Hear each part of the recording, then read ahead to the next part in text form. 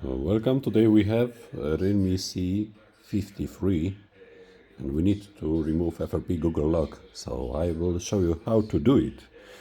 So we need Unlocktool, and there we go to the Oppo tab and find the correct model.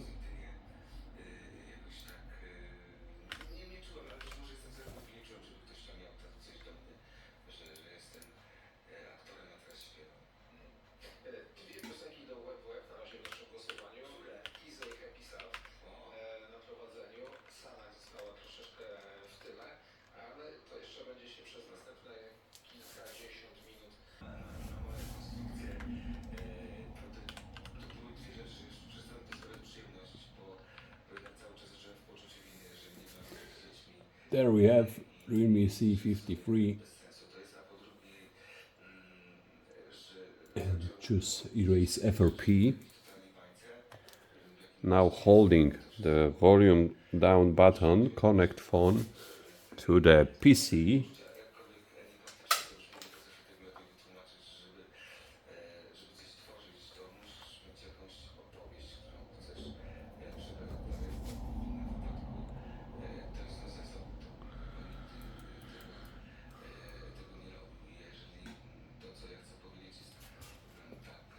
Erasing FRP done.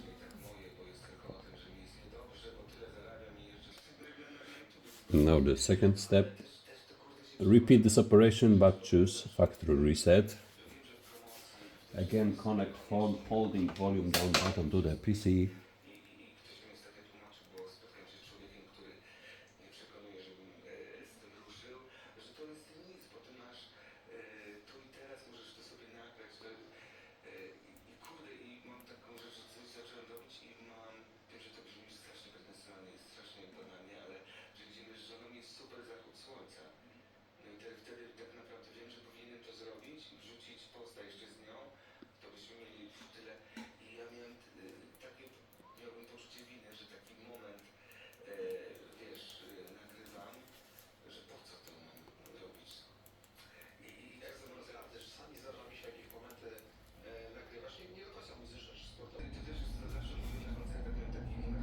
And again.